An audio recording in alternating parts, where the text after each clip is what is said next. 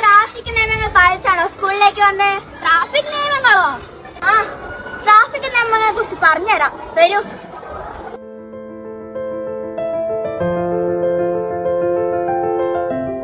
Road മുറിച്ചു കിടക്കുമ്പോ zebra line ഉണ്ടെങ്കിൽ അതിലൂടെ മാത്രമേ നടക്കാവൂ.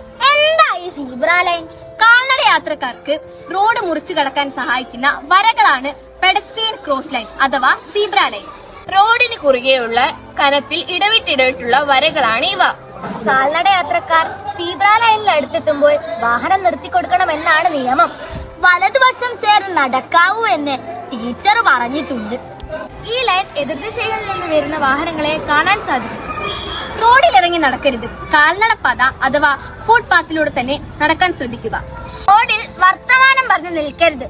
അതുകൂടാതെ ഒരു കാര്യം, വാഹനം നിർത്താതെ ആരും വാഹനത്തിൽ നിന്ന് ചാടി ഇറങ്ങരുത്. ഇപ്പം മനസ്സിലായി. ഇനി ഞങ്ങൾ റോഡ് മുറിച്ചു കടക്കുമ്പോൾ സീബ്ര ലൈനിലൂടെ മാത്രമേ കടക്കൂ.